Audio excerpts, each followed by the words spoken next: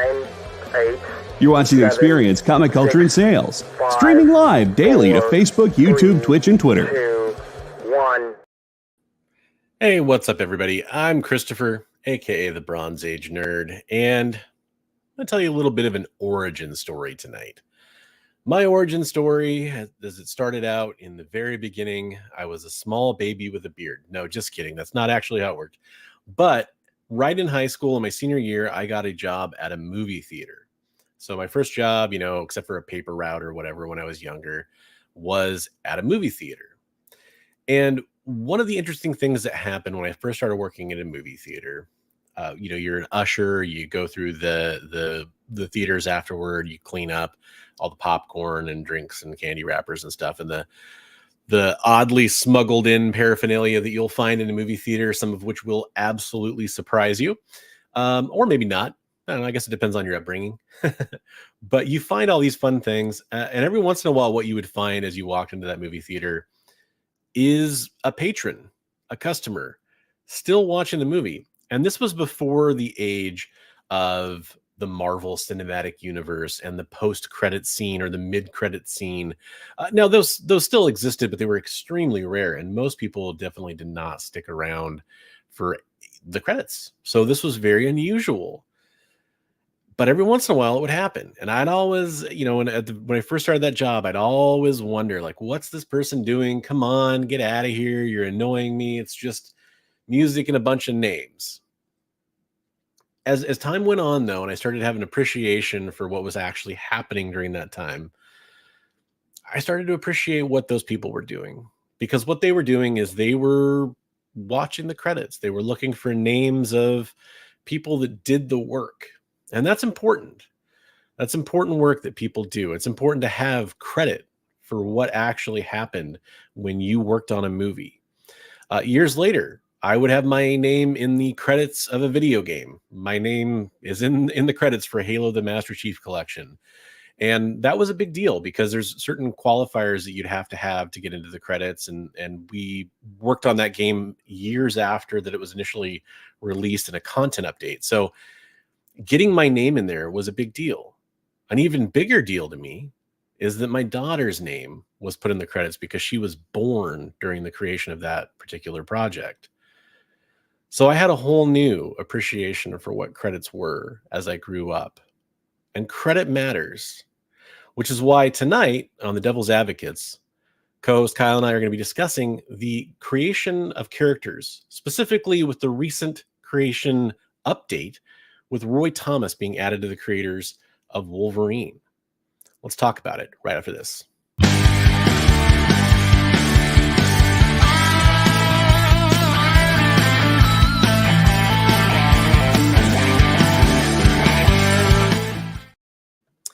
Hey, welcome back, everybody. Again, I am Christopher, aka the Bronze Age Nerd. I am joined by, I pointed the right way, the wrong way. It's so confusing when I come in first. We are joined by Kyle over there in the co-pilot seat. How's it going, Kyle? Yeah, Kyle is not liking the I'm going to try to talk as little as possible because I sound vaguely like this today. Fair enough, Kyle. Fair enough. So, for those joining us, if you missed the very beginning, we are talking about two things, really, but we're going to look at it through the lens of this recent announcement of what happened with Roy Thomas being added as one of the creators of the character of Wolverine. So we're going to talk about that in kind of the first part of the show, but we are going to talk more about this idea of why the creators of a character matter, the history of it, how it can change over time. And also, as we always do at the end of our shows, we try to wrap up with some thoughts about what we can learn from this, what we can take away from this, or what could be some more positive spins on it rather than just, the controversy of Roy Thomas having his name added to the list. So what are we even talking about? If you're just now, joining into this story and you're not aware of what happened, the big news was, and I'll share a little slide here so you guys can see what we're talking about. This one is from comicbook.com, and Oh, I can't add. That's right. I'm on the backside now. Marvel causes controversy by adding a new name to the list of Wolverine's creators. And so this news, the first part of it came out a couple weeks ago because this broke back on March 30th. Thanks over to the folks at comicbook.com for posting this article. Yeah, Roy Thomas is now being credited as one of the 4 creators of Wolverine. So if you're not familiar, Wolverine, his anniversary is coming up. Well, it basically passed. It's his 50th anniversary of his creation. You also have another big element of news coming because you got Wolverine and Deadpool. Some folks call it Deadpool 3. That's coming out later this year. So obviously, Wolverine very much in the zeitgeist right now.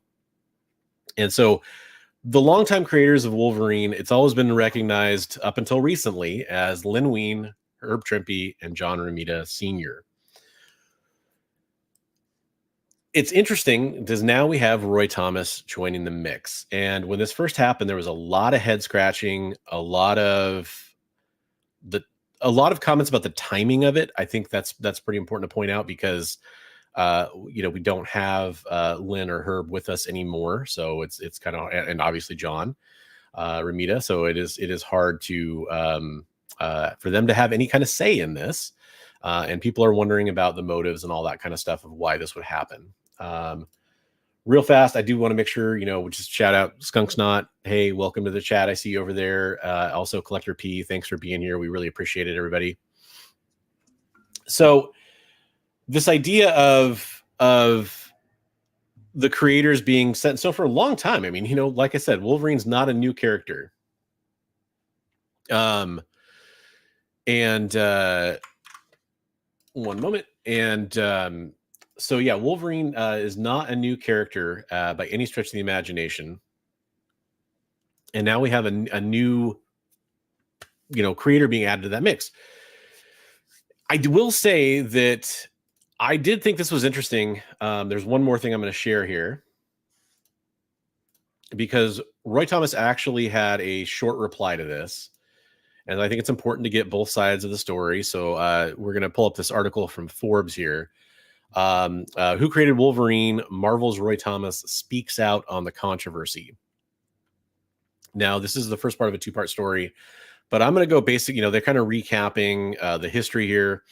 And then they talk about a quote from comic book editor Bobby Chase, where she wrote about the timing of this and everything. But I do want to get to Roy's quote, where he says, the situation is unfortunate because I am only trying to finally get credit for something where the facts have been known for many years. And I'm being portrayed as a ghoul trying to rob the corpse of Len Wein for credit and money, he said. First and foremost, this is not a financial issue. I'm not getting a penny as far as I know. And it in no way takes away from whatever Lynn and John, obviously Len Wein and John Romita, families may be getting. If anything, I don't know what their financial arrangement is with Marvel. I'm already getting money from my other contributions to Marvel. I don't need Wolverine money. Thank you very much. So a little snippy, I guess there at the end. Thank you very much. Maybe that's a legit thank you very much. But obviously I'd say it's fair to say that he doesn't like the portrayal he's being painted in with this announcement. So that kind of catches us up on the brass tacks of what we're talking about with this specific situation. Why it's happening right now, what happened with Roy Thomas being added. And I think you're going to kind of start to get into some of the secondary questions that are going to come along with that. And we will talk about that a little bit, but we are going to mostly go into the notion of like what is important in who creates a character, what factors should make that up. All right, what do you got to say there, Kyle? Finish your thought. Okay. And how we view it as the comic book readers and fans and people out here in the world, how we view that process and how it happens versus how it actually happens behind the scenes and the different things that might make up the creation of that character. So my thought is this, and this is the conversation about who created Wolverine matters less to me. than the fact that Marvel is changing widely accepted history 30 years after it was made. And Marvel has a history of doing this, and we're going to get to that a little bit later. But this is all because a former Marvel editor-in-chief opened his mouth. The real villain here isn't Roy Thomas. It's Bobby Chase. Because the reality is that Len Wein's widow, Christine, has every right to be concerned about Len's legacy. And sure, but she wasn't there. She doesn't actually get credit for this. And the reality of the situation is that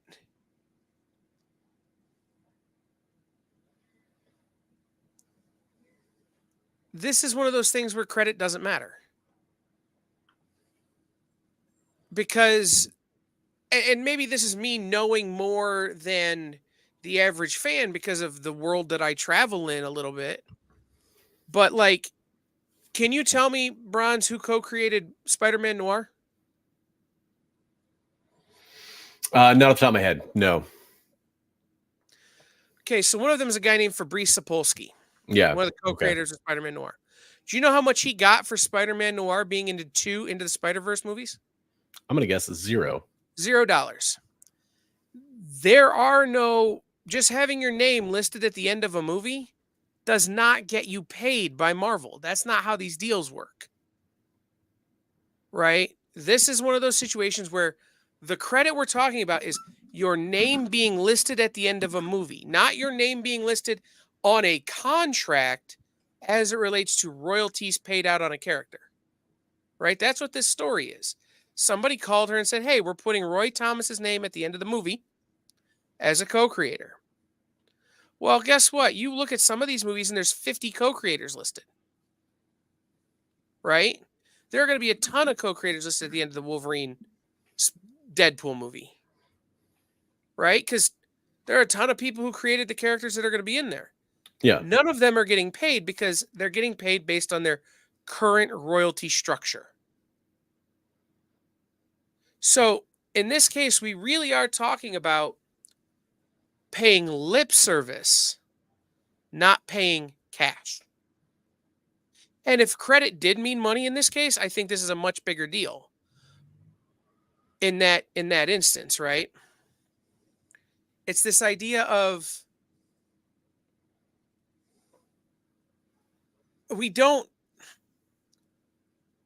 credit matters only in as much as it gains someone. In this case, no one gains because it's all done already. This is just about giving credit where credit is due. So what I love about this idea, though, is that it does bring a bigger conversation into what is considered character creation. What role does each part play in character creation? Right? And then historically, how do we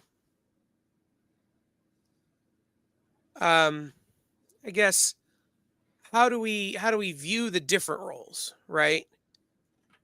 And I'm with Ed Brisson and some of these people who are saying it doesn't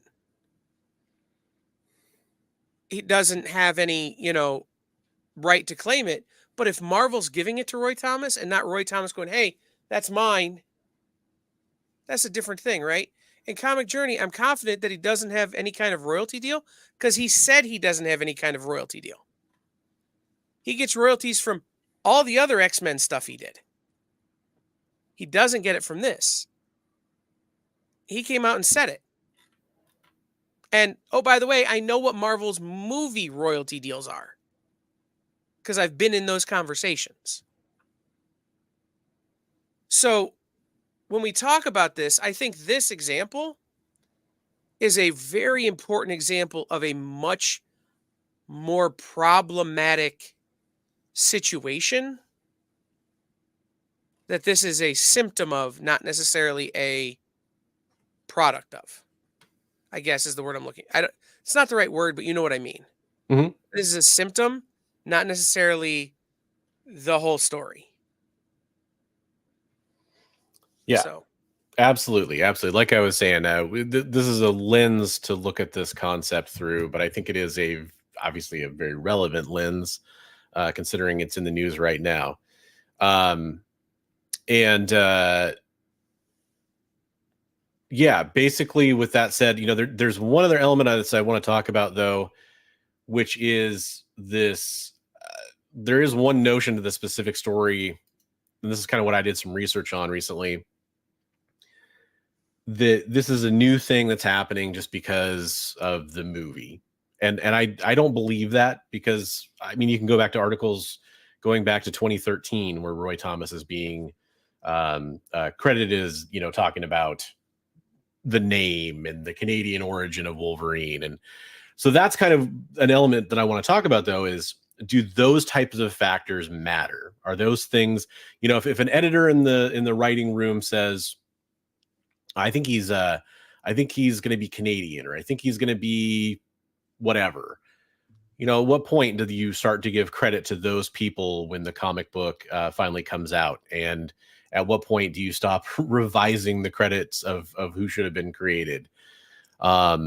And what all can go into that? Because, with some of these characters, it was very much like a bullpen or team effort to create. Some elements went into the characters from a wide variety of sources. But in a lot of cases, I think that in you'll find that the writer and the artist are the ones that are primarily credited. The ones that did that issue are the ones that are credited.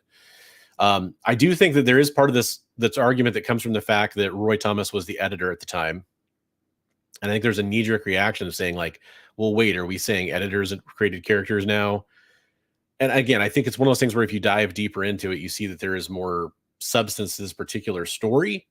Whether or not that changes, if you think he should be added to the list of creators or not, I do think that there is some specific meat on the bones of this particular issue that people are debating right now.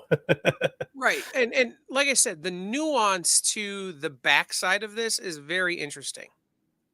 Right? Like, because Wolverine debuts in Hulk, which was written by the Hulk creative team, but spends most of his time in the X-Men, how much of Wolverine's creation for Hulk was done by the X-Men team? Hey, it's like in professional wrestling, right? Hey, we need this character to debut because we need him over here for this feud.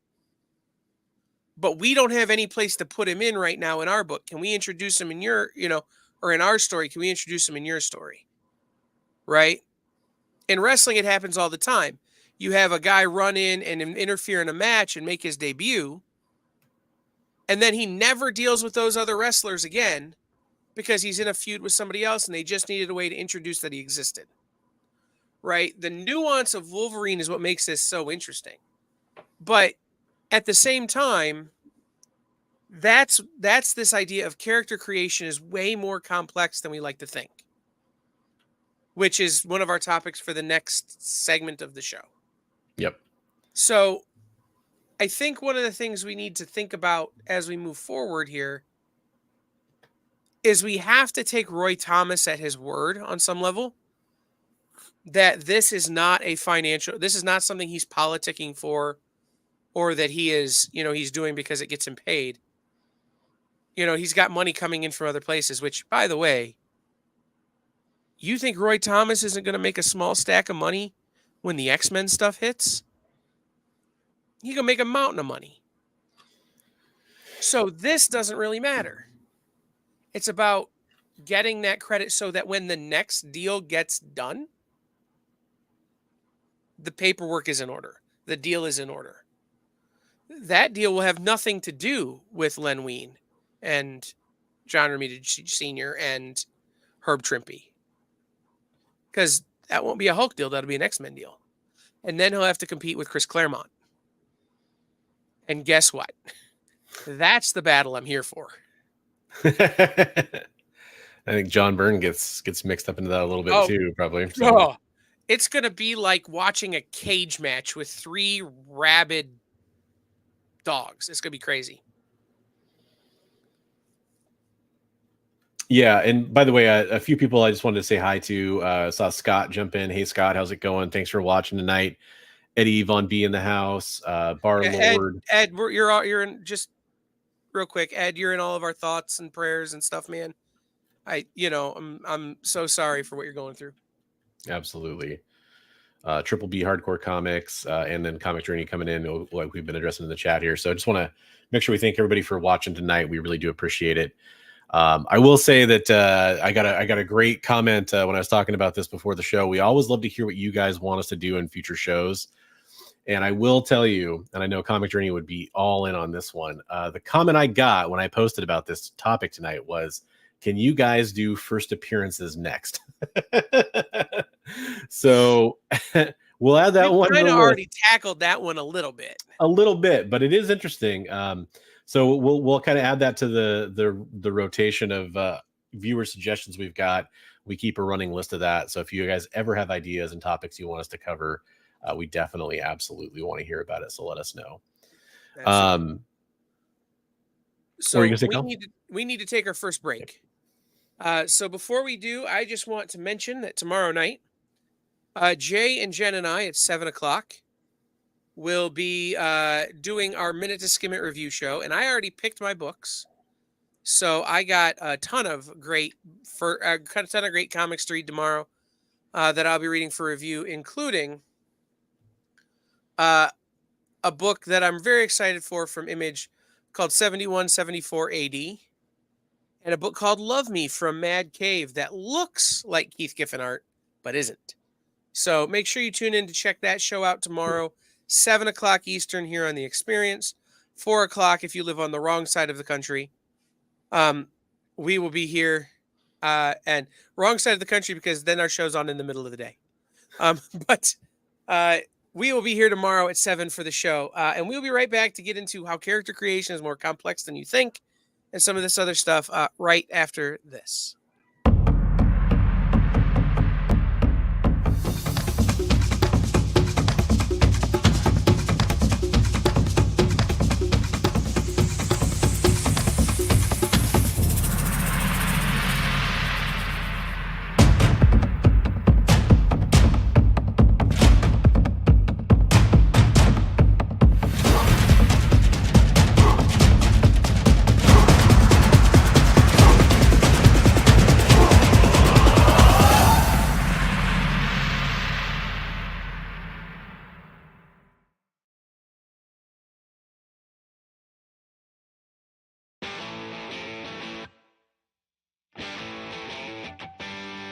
What do you call the place on Spider-Man's wrists where the webs come out? His website.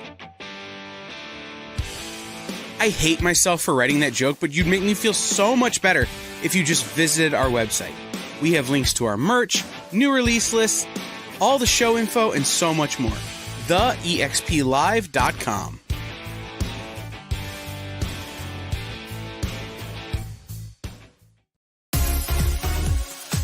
Did you know that Arthur, King of the Britons, and Monty Python and the Holy Grail was played by a famous Graham? Check out another famous Graham by following our Instagram.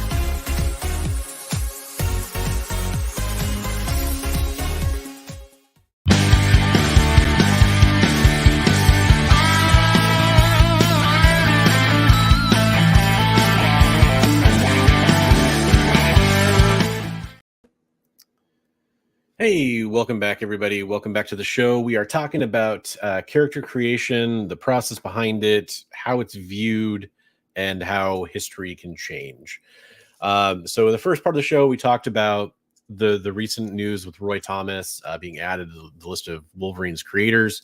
Kind of went over the A to Z on that, at least what we can tell you from looking at it at this point in time. But now we're going to talk a little bit more about the concept itself and character creation, what it means, and its importance level also is something we touch on as well. Right. I mean, I think a lot of the debate on this could be cleared up if there was a clear definition of what character creation is. Right. At what point do we consider a character created? Yeah. Was Spider-Man created when Stan Lee thought of, gee, what if we had a character that was a teenage boy who had superpowers? And when he had the idea of what if you could be a fly on the wall in any conversation, and he came up with a bug character that was a teenager, and is that the creation of Spider-Man? Or was it when the actual origin was defined? Or was it when the character was drawn for the first time? At what point is character creation created? And I reached out to some people who would know, and as has been my luck this week, none of them responded. I reached out to my friend Arvel, who is co-creator of Misty Knight, who you may know as Rosario Dawson from the Netflix Marvel shows. And I reached out to someone who understandably didn't respond, Fabrice Sapolsky, who co-created Spider-Man Noir. And I think because each character is created different, it's a sort of this nebulous answer, right? So when we talk about who gets credit, I think the answer really has to be who's in the room, right?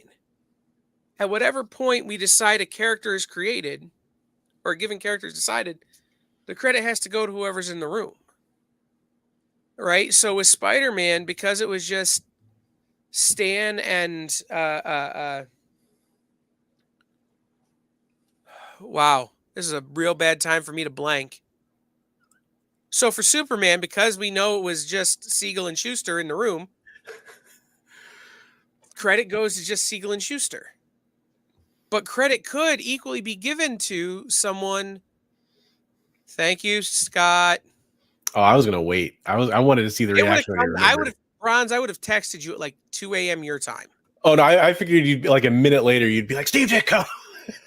Right? No, like, dude, I'm on so much cold medication right now. It would have come to me once it all wears off. But no, yeah, because it was, because Siegel and Schuster were in the room when Superman was created. That's great, but credit could also very well be given to Dan Jurgens, because a lot of the modern Superman that we know comes from Dan Jurgens. But we don't give him credit for being a Superman creator. So, like, there's this idea of how do we define when character creation stops? Yeah, to me, that's a very interesting question, because I talked about this on another stream. I think Kyle is in the viewer seat for that one, at least for part of it. By the way, guys, watch his show with Big B. Great show. We're going to just stop in the middle of a show and give a plug for Bronze's other stuff. I appreciate it, man. Yeah, we'll be live Friday night, I believe at 7 p.m. Pacific, with Elliot Kalin on to talk about Hercules and Hades and a bunch of cool stuff. So, hey, you can come check us out if you want to. Real quick, we got a lot of folks over on the IG tonight. Oh, too. Cool. Good. So what up, IG fam? Chuck Pino is a comic book editor. Yeah. Who is over there, and he probably has an interesting insight on this his own self. So cool. I appreciate you sharing that. I don't get to see the IG live chat here because I would have sound. It'd be confusing. But we really appreciate you watching over there and everywhere for that matter. Yeah, because one of the examples that came up on that show where we talked about it, something I brought up is, if you think about the character of Venom, do you give credit to Eric Larson for helping to add the tongue and the slime? Like, 'cause if you think about modern Venom, if you don't have that as part of the look, would it still be Venom? Yeah, it would be. But I'll tell you what, I know people when they collect all the Venom keys, they usually go after those books too, where you got the slimy tongue for the first time and all that kind of stuff, because that's part of the look of the character. It was established very early on. Even when it comes to Wolverine, from the example above, a lot of people will talk about adding some credit to John Byrne and Chris Claremont for how they fleshed him out and added things later on that were very important to his character and who he is, during the run on Uncanny X-Men, during the Dark Phoenix saga, for example. And those are often, attributed as important parts of his character. So if you're going to talk about Wolverine, should they be in the discussion at some point? May not be the creator of the X-Men, but definitely the father, Chris Claremont. Yeah, that's interesting. Yeah, okay, I'm gonna unstar some of this here. Just because otherwise my brain is gonna start to shake. The reality of it is though we're talking about character creation, not comic book creation, right? Yeah. And there's a difference. There's a very distinct difference. And so again, we have to define when character creation stops. Does character creation stop when the character stops changing? Because then character creation never stops. Right. My buddy Sam De La Rosa was the artist on Venom Lethal Protector. He doesn't get the same level of credit for creating a Venom as other creators, even though Venom Lethal Protector was the first Venom solo story. And where he kind of started to become an anti-hero too, which is a big part of his character now. Right. So it is this kind of weird, like, balance, right? How do you play that? So I think when we start trying to muddy the waters with if the publisher prints the comic, should they get creative credit? They created the comic. They paid to have it printed, but they didn't create the characters in the comic. They created the physical media. Right? So we need to keep the doors separate. But we're talking about, in this particular case, Roy Thomas was in the room. And if he wasn't in the room, he was communicating with these guys as this character was created. Well, and I can't find anybody who refutes. By the way, if anybody can, let me know. I'd love to see it. I can't find anybody that refutes the idea that he had the idea of a character named Wolverine that was Canadian. And so, you know, there's kind of there's a theme in the comments I'm seeing. It's like, where do you draw the line, right? Well, I mean, those are pretty big aspects of a character. And so if you're going to be, you know, kind of either proverbially or literally in the room, and you're going to have inputs on things like the name of the freaking character, I think that's a pretty big element, you know? I mean, right. Yeah. So. Right. And that's what I'm saying. And again, we're talking in this story about having your name listed at the end of the credits for a film. There's a little more. There is one other. That's the one thing I want to add to, though. There's the I've heard the film thing talked about. I've heard the financial question talked about, and I'm with you. I don't think that there's a financial aspect to this. Most likely, there's nobody providing evidence that there is a financial aspect. Well, at least not at this point. At least not at this point. Because, and here's the thing, and this is when Comics Journey was trying to bang this drum earlier, this deal was long since done before this decision was made. Yeah. Right? So making this decision now doesn't change this deal. It can very certainly change the next deal, but we won't know until that deal happens. So yeah, I mean, and I'll even go one step further to say that Velada, which is Lin Wein's survived Lin Wein, let's put it that way. Even the whole thing here even admits, I don't know the details of the deal that Roy Thomas has with Marvel, and that all along Roy Thomas said that it was Wolverine was a Canadian character that they wanted to create. So there's nothing but corroboration for that side of the story, which to me just adds even more fuel to the fire here, that we're talking about a relevant topic where there is meat to the bones, like I said earlier. Sure. So what comes down to, though, is, kind of this idea of is there a moratorium on when you can kind of, officially stamp these details onto the papers, put it on the back of the trading card, put it in the credits of the movie, that kind of thing. Well, and this leads to this next thing is, at what point does history become etched in stone? Right? Marvel has a long history of oh God, I'm going to hate myself for this sentence, but I can't come up with a better way to say it. Marvel has a long history of revising history.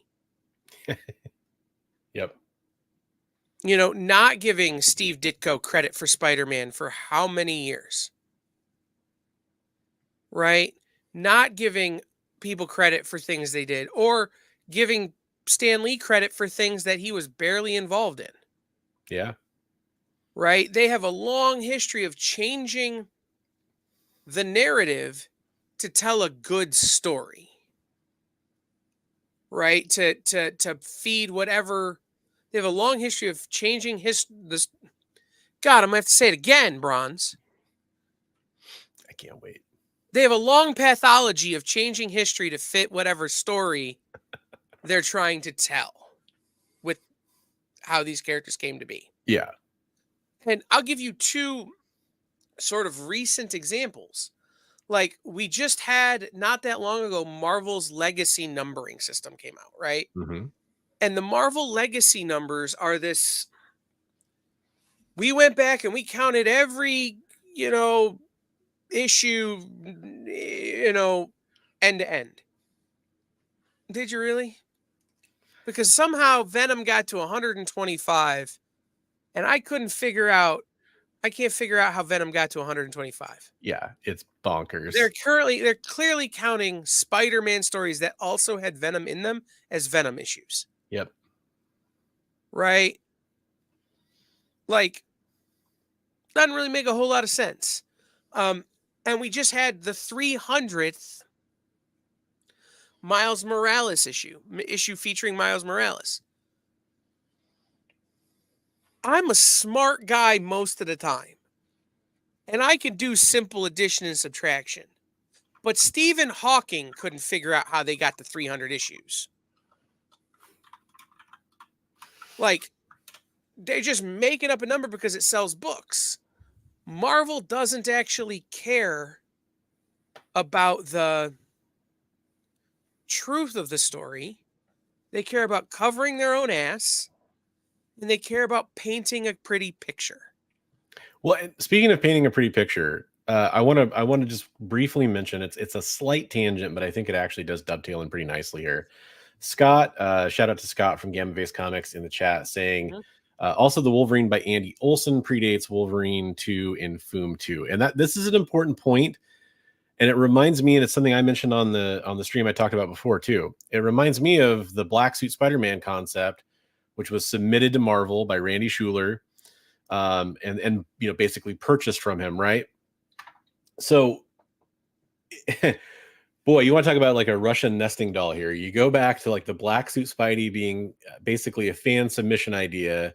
It gets used. That leads to Venom later on. Like the chain of creators that you'd have to go back, like, do you include him? Do you not? Marvel famously does not include Randy Schueller, for example, or obviously Andy Olson. The Andy Olson one's a little bit different, I think, but the Randy Schueller one is very interesting because it's literally, here's the concept for the costume. Here you go. Right. It's exactly it. It's the... Hey, JD, name another famous masked magician. Anyway,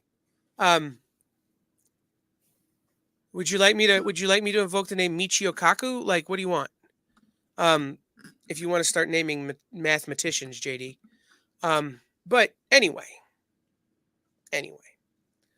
Marvel for a long time has decided to give people credit, or credit things with being things, when it's convenient for them. Now, Wolverine is in everybody's mouth right now because this movie's coming out. And, oh, by the way, we're getting really cool popcorn buckets designed by Deadpool. Did I send you the video, Bronze? I haven't seen the video. I've only seen the picture, so no. Somebody took the pictures and set it to the Justin Timberlake, Andy Samberg box song from Saturday Night Live. Oh, yeah. One, cut a hole in the box. Anyway, which is hysterical to me. Anyway, but popcorn buckets, folks. It's 2024. Right. It's true. But no, it's convenient for them now to either give this credit that they had always intended to credit, right, Roy Thomas with, and had just never gotten around to, or to finally make right a mistake they had once made. Because they can, they can paint a good picture. They could tell a good story. Yeah. And at the end of the day, there's enough credit to go around on this one. Wolverine is, I would say, arguably the most famous character out of the X-Men. I think that's fair. Right? I don't think he's nearly as famous as Spider-Man, but like he's probably in the top 5 most famous Marvel characters. Yeah. And he wasn't in an Avengers movie? So, like, think about that. So, there's plenty of credit to go around. Giving Roy Thomas credit as an editor, as a person who's like, instead of calling him Weapon X, what if we called him Wolverine? Instead of making him from Iowa, what if he was from Canada? Doesn't diminish the actual character design that John Romita did, the actual writing of the story that Len did, and the actual art that Herb Trimpe did. If I tell Bronze, hey man, I've got a great idea for a thumbnail, and Bronze makes the thumbnail, do I get co-creator credit on the thumbnail? Yes, because it was my idea. Bronze did the work. He gets co-creator credit too. And if we get into the pay structure, because he did the work, he probably gets paid a little bit more. Right? But I still get my credit. And so this just is that, right? This is just them writing an imbalance, I feel. Well, and I want to point out the other part of this, that why I think this article or the news that came out kind of captivated people when it comes to this topic. And it catches on a little bit too when you talk about things like creators getting credit literally for their creations later on. And you can talk about how those deals were structured in the past versus how they're structured now. But the other element that we have going on is the romanticism of the idea of the creation of a comic book character. And that's what I think of when I think of this. I think of, why do we as fans and readers of these comics that we love have to say, oh, this 1 or 2 person team is the creator of this character? Because it's a more compelling story. It's a more like, we thought of characters when we were kids, most likely, most of us did. And we would love to have the credit for creating those characters as adults and have that kind of legacy. But is that really what matters? Is it really distilling it down to the 1 or 2 person creative team that put out that particular issue? Or is it being more accurate into who actually had a meaningful say into the creation of that character? And I think that's where a lot of people, it's like the idea of the American dream, right? The American dream, we all have access to it. We can all be millionaires because we can all work hard and make that money for ourselves. We have a similar fantasy to that when we're thinking of comic book fans that have drawn little pictures on our school books when we were kids. Right on the nose, man. I think a lot of people want to think that these characters are created by like these guys that are sitting in a room filled with smoke and dim lights, and they're banging their heads against the wall going, we have to come up with somebody who could do something. We have to, answer this, like whatever. We have to come up with this. And then they have a breakthrough and they create this great character that lives on forever. When the reality of it is most of the time somebody says, hey, we need a girl in this book. So they create a girl. All right, we need a bad guy for Hulk to fight. Okay, they create a bad guy. Or we got too many blue characters. Now we need a yellow character. Right. And it's I hate to put it this way, but it's Dance Monkey. It's, hey, tell me a joke, funny man. It's this idea of how do we, it's these guys are doing it because it's what they're told to do to get paid. And they get paid, and now the company owns that character. And that's the end of the story. Yeah. Very seldom do these characters go on to have the kind of tale that Wolverine has had. Again, I think about Arvell co-creating Misty Knight. For years, if you would have said, hey, do you know who Misty Knight is to a comic book fan? They couldn't have told you, probably. They could have told you she had a robot arm, that she was a detective, that she was, whatever she's all these things this character was. It wasn't until those Netflix shows where she gets played by Rosario Dawson and is a big part of those movies that people could really tell you who Misty Knight was. And by the way, wasn't Rosario Dawson night nurse, by the way? I'm sorry. Huh? That's like kind of bug. Wasn't she night nurse in those shows? No. She was Okay. night nurse, yes. Sorry. No, it's all good. You said that again. I was like, wait a minute. Yes. Again, many. All good. Before we got the comments, I just wanted to say something. Yes. But you know what I mean. Mm-hmm. It doesn't take away from the point at all. Same thing with Night Nurse, by the way. Yeah. No difference. So, and by the way, those creators didn't get paid for that. They got credit. They didn't get paid. So, yeah. Like, where are we at here? What are we doing? And by the way, Comic Journey, Thomas does deserve the credit. The timing is what I find suspect. Okay, going back to that just for a second. I'm actually going to address that, but I'm also going to wrap it up on a neat little bow here for what we're talking about right now. The timing, again, I have an article from Rolling Stone pulled up that I didn't show because we just, we're moving on with the show.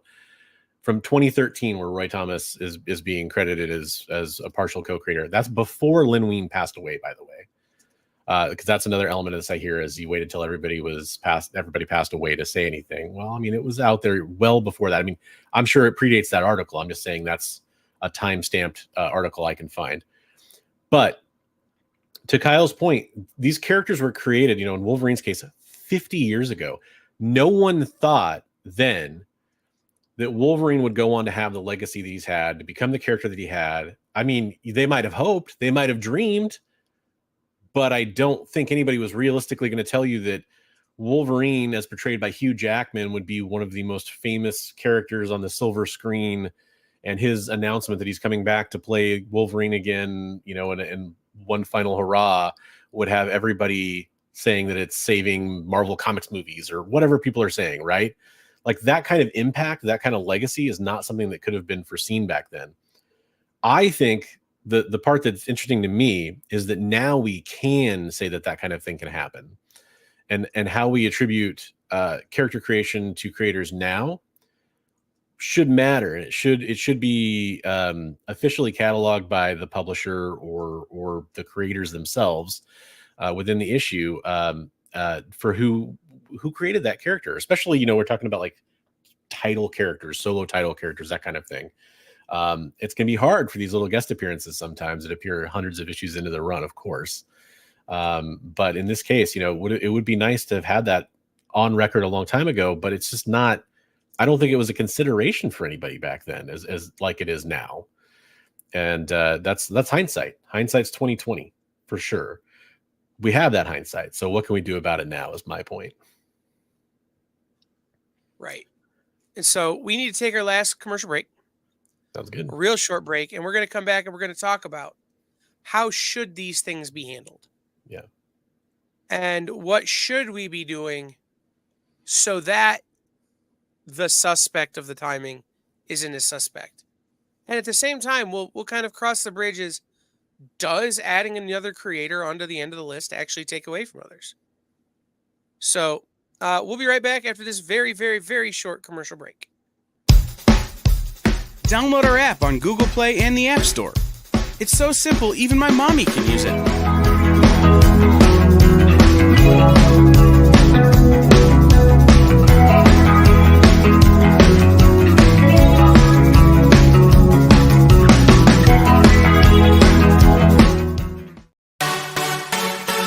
Twitch. It's not just what happens when you have too many energy drinks anymore. Check out our content over there, too.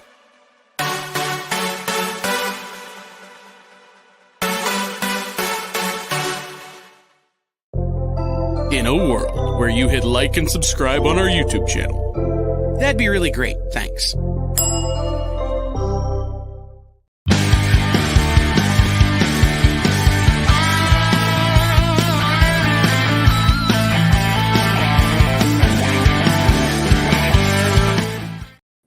Oh, sorry. You just caught me downloading the EXP app. My bad. Wait, have you really not downloaded the app before? No, I had. It's for dramatic effect. Okay.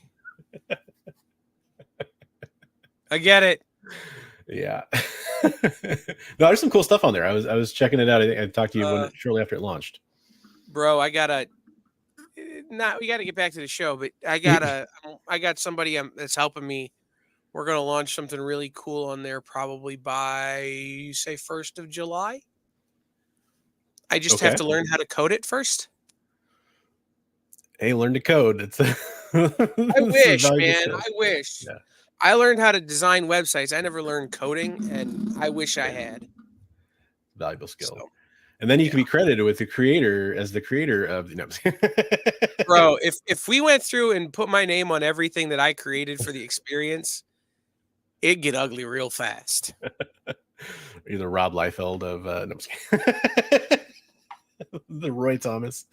No, I would be. It would be like I would be the Stan Lee of the experience. Yeah. So here at the end of the show, as we're kind of getting ready to wrap up, we do want to talk about what our suggestions are for this. By the way, when I say that, we want to talk about what your suggestions are for this. If you could put them in the chat too. Something I didn't mention that I wanted to bring up real quick. Oh yeah. When we talk about how complex character creation is, there's a really prime example of how hard character creation is. And that is Rob Liefeld. If you look at Rob Liefeld's character creation, all the characters he created, how many times has he essentially stolen from himself? Right? It's a lot. And all of them were essentially stealing from Marv Wolfman and George Perez. Yep. Like, character creation is so hard that one of the person credited with creating one of the most popular characters of all time stole it and then created a bunch more characters that he stole off of himself, having stolen that. I mean, you could just say it's a major X of a Deadpool Deathstroke problem. Plus Bloodshot, Bloodsport, Blood. Oh yeah, Scythe. Inception. Yeah.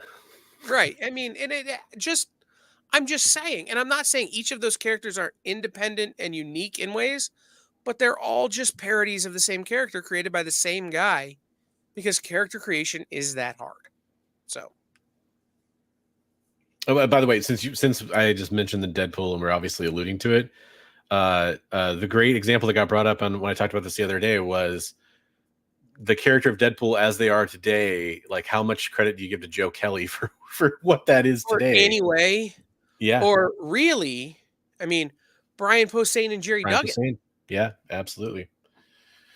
Yep. In so many ways. But that's kind of going back in the conversation. But hey, it's right. What comes up. No, it's a valid example. Comic Journey, I never want you to get started on anything unless you're on the screen. And I never want you to finish.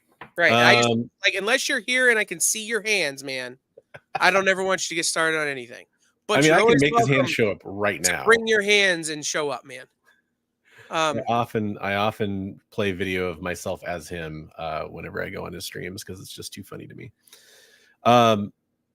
So did I create Comic Journey? That's the real question. No, the real question is, here's the question for me, and I think this is the one we need to kind of answer still. That's a big one.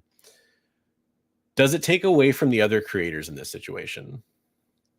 Or any situation for that matter. I mean, but does it take away from the other creators? I'll tell you my answer. My answer is I don't think it does. I don't think anything, especially when you look at this example. Right. I don't think it takes away anything. And again, I went back. I was trying to find an earlier example of anybody saying they'd had the different name for Wolverine or his nationality. If those are the things he's saying he brought to the table, those are big parts of his character. Everybody talks about the name, short, furry, angry creature. Everybody talks about Canadian, A-Bub, the old canonical head, all that stuff. It's important. It's important parts of his character. Nick doesn't have any say over that comic journey. You're just making me want to do it, CJ. That's where co-creation credit matters. This is the devil's advocates. But yeah, when it comes to that, I don't think there's any difference for this particular example. I can't think of an example off the top of my head where it really has been problematic to me, other than situations where you found out later on that somebody was taking credit for a character they didn't create. That's a different story. Well, or again, like the times when it has bothered me are, again, Steve Ditko not getting credit for Spider-Man. Yeah. Siegel and Schuster not getting appropriate credit for Batman or for Superman for a lot of years. Bill Finger getting more credit for Batman than maybe he should. Yeah. A guy like Shelley Moldoff not getting enough credit for Batman. There's a lot of, right, when you don't get credit, that matters. I don't think giving credit takes away from other people's credit, right? There's a line that comes up in therapy a lot that says that you admitting to having trauma doesn't make anyone else's trauma less. Mm-hmm. Yeah. You getting credit for work you did doesn't make anyone else's credit less. The one caveat I want to throw on that, and we talked about it a little bit earlier, but I want to make sure we address it now. Assuming the financial situation is unchanged or even, that's true. Right. If there is some kind of financial element to a contract or something like that, that obviously would be unique to that particular situation. But just as terms of credit, legacy, history, that kind of thing, I'm totally with you, Kyle. Right. And when it comes to the financial and contractual aspects of this is where having these clear delineations matter a whole lot. Right? Yeah. It's why I have tremendous problems with the movies not being equitable to the comic books. Right? If you make a movie that is a shot-for-shot remake of Hulk 181, Roy Thomas should get very little credit and very little of the money, because he wasn't on Hulk at the time. He was an editor, but he really wasn't. He gets way less credit. And Rob Liefeld gets no credit, right? Like, that's the thing here. Yeah, and right? Nadi, we definitely mentioned that earlier, just so you're aware. We definitely went over that. Yeah, absolutely. So it's this idea of you have to, and I said this to my friend Henri the other day. When you create a character, you need to make sure that it's written out, that it's spelled out with your co-creators. Here's the deal, right? I came up with the idea for the character. I did the character design. I sent him off to this artist to draw it. And then this editor gave me the name. Okay, great. There's your credit tree, right? That's who gets credit for this. And do you get 90, 10, or you get 99 and 1? Like, how do you break down that percentage? Because that matters in new character creation. Here we are 30 years later. Most of those conversations are lost to the sands of time. Right? Like, we're not going to turn this into a Liefeld bash-a-thon, but Liefeld has to be smart enough to give credit to Joe Kelly, to Danny Way, to Brian Posehn and Jerry Duggan. when they make a film based on those stories. But if they just make a film that they made up, then nobody gets credit. Nobody gets paid because it's not any stories anybody wrote or it's drew. So it does matter, but right now the system we have in place makes it not matter. And in this case, it doesn't matter at all because there's nothing to be gained from gaining credit other than acknowledgement. Yeah, I mean, we are trying to wrap it up. I will say that to me, I can't deny that there's a shadow of a possibility that it's about wanting to inflate your legacy to be greater than it is. I'm not saying I personally believe that in this case, based on the timing and the timetable. I'm just saying that is the only other thing that you could really say. And if it was somebody else, I would give you that. Right. But Roy Thomas, this doesn't inflate his legacy. Roy Thomas's legacy is massive as it is. Yeah. Right? If it was somebody you'd never heard of who was a, copy boy in the Marvel bullpen saying, "Oh, I came up with the ears." All right. And that's sus. I'm not going to give you that one. But Roy Thomas is a hell of a creator in his own right. We all know Gil Kane gets the credit for the ears. The two Batman kissing. You want to get somebody started like Comic Journey would get started on Liefeld? Get me started on Gil Kane. Anyway, they do need to fix their attribution issues. Mm-hmm. But I think some of that is a non-issue these days because, for lack of a better term, everything's encyclopediaized now. And that's not even a real word. But the internet is such a living and breathing encyclopedia that when a character gets created now, we not only know who the writer, who the artist, who the editor, who the colorer, who the letterer, who the line art person was, who the flatter was, who brought them coffee, who breathed in their general direction. We know all of that stuff because it's all on friggin' Twitter, right? It's sort of correcting itself because everything is so much more transparent. The problem we have that still needs to be fixed is the internal problem of corporate greed and corporate conscience, right? Marvel has never had a conscience when it comes to giving proper credit. They've never been good at it. No. DC has not been better. It really wasn't until Image rolled around that things were good someplace. Right? And even then there were issues. Right. And even massive Neil Gaiman. Massive issues. Yeah. But it was better.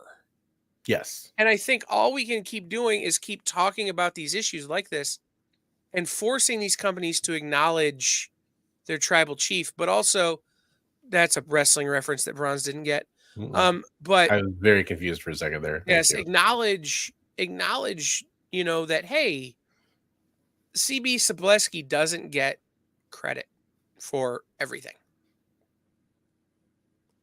He's the EIC. Yeah. He doesn't. No. Tom Brevoort doesn't get credit for everything. He might get credit for some stuff, but not everything. We have to keep pushing them to credit the right people because we know who the right people are now. And I think that's the only way is to hold them accountable and to say, you know what? If you're not going to give Steve Ditko Spider-Man credit, we're not going to go buy your stupid Spider-Man bull crap. Period.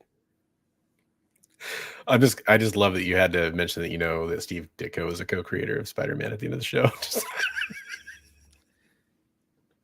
Dude, my brain has never blanked more during one of these shows than it has during this episode. No, and that's totally fair. I just want to defend Kyle for a second, guys. it is tough being live on the internet sometimes, especially when you do it as much as he does. I'm pointing it. See, I fixed my mistake from the beginning of the show. Well, and I did a whole hour before this hour breaking down the Comics Pro user data and the BookScan user data that got released this week or last week. So I've been mathing real hard on a stack of cold medicine this tall. Yeah. I'm exhausted, y'all. But Steve Ditko, John Romita, Steve Ditko. Stanley in there somewhere. But yeah, so what I wanted to say about that real fast is my thoughts on this are, and this is really tough to do. I would love to see big publishers that have tons of new characters coming out. I'll just say it, Marvel and DC pretty much. I would love to see them have a better policy in place, or at least made public, for how they handle attribution for character creation, because of all the problems that have happened before, because of what we know characters can someday become now. Who knows what character could be gigantic 50 years from now? Flatline could be the next craziest, thing 50 years from now. Who knows? We still know characters are capable of doing that. We've seen it happen in the last few decades. Harley Quinn, Deadpool, these are very popular characters. Miles Morales, that are probably going to live on for a very long time and have their own legacies. And so having this idea of correct attribution for the character creation is very important. It's not as big of a deal in indies, but like Kyle said, I'd still recommend that to any creator. I think that's a great example, like he was talking about. You want to have that squared away. But for these larger companies, I think it would be really good for them to take care of their creators in that way, to not have to settle an internet squabble about who created what on Wikipedia or fandom.wiki or whatever later on, because that's the part to me that does matter, because there has been such a bad track record with it that it would be a good show of faith and it would be a step in the right direction. I'm somebody who I really care about making it an environment where creators want to come and still create awesome new characters for companies like Marvel and DC. And I think that would be a good way to do that. So I think it would just be good business for them. And I think it would be what's right. Well, and I just want to give an example of someone who is doing it right now. Because there is one publisher out there, and I'm sure there are more. I'm not besmirching anyone. I'm not any of that, but there's one that I know for sure. And that's a company called Fair Square Comics. Fair Square Comics was founded by Fabrice Sapolsky. Fabrice notably, and you can look at that, you can Google this, has gotten screwed several times by big publishers, everybody from Humanoids to Fantagraphics to Marvel Comics, out of his creations. And so he created a publishing company called Fair Square, where everything is clear. Everything, when they talk about character creation, these are your percentage. You own this much of this character. This person owns this much of this character. If you create it as a creative team, you own 50, you own 49.9, you own 49.9, Fair Square owns 1. Whatever it is. Do the math. Like math again. Right, but it's all broken down and they have different tiers, right? And it's all clear, and you can look at their website and they actually tell you on their website how they're giving proper credit and proper attribution and proper pay scale for these things. And what would happen if they made a movie out of one of them? What would happen if one of these things gets optioned and a big check comes in, and how you get paid? Because transparency is the key here. Yeah. And Comic Journey, I've asked Polito, and even Polito's not telling the whole truth. Anyway, so it's an interesting thing. There's a bombshell. Well, you can't declare bankruptcy and not tell anybody and then claim to get screwed out of stuff you lost to bankruptcy.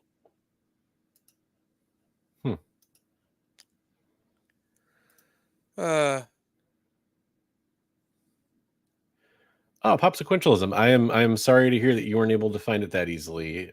My apologies. You probably saw my Instagram post. I wish there was an easier way to embed the link on a post that people could just click on. So my apologies. Yeah. I'm glad you found it, though. We'll work on that. Yeah. So we got to go because I'm about to fall over.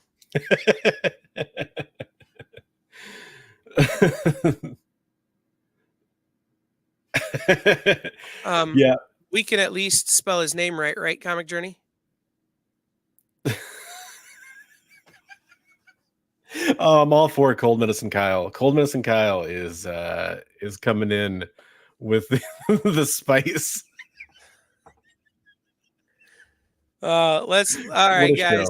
What a show. So other shows here on the Experience. We got the review show tomorrow. Mint Hunter Comics after that. Kicking it with Henri tomorrow night. Wednesday, Comic Collectibles.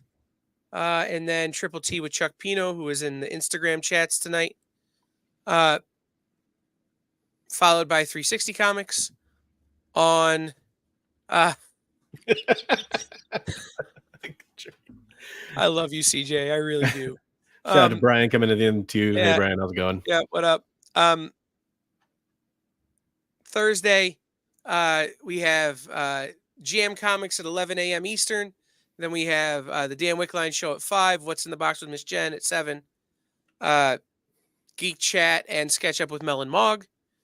Friday, special guest host for the art show, Spencer Beck, will be featuring a lot of Bob Layton cover recreations, as well as some killer.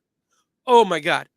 Look, if you've ever watched the art show or any of the Comic Collectibles show and seen the commission cover arts they have some Danny Mickey commission cover arts that are just incredible. They're out of my budget, but oh my God. I love drooling over that show. So cool. So make sure you check that out, followed by Friday Night Live. Jam Comics is back Saturday at 7:30. And then Sunday, Fat Jacks. So. Oh, Popsequentialism coming in. That's the with joke a of the dad night. joke. And here on the Experience, when you see a dad joke, that means play the commercials. But since it's the end of the show, we will see everybody next time.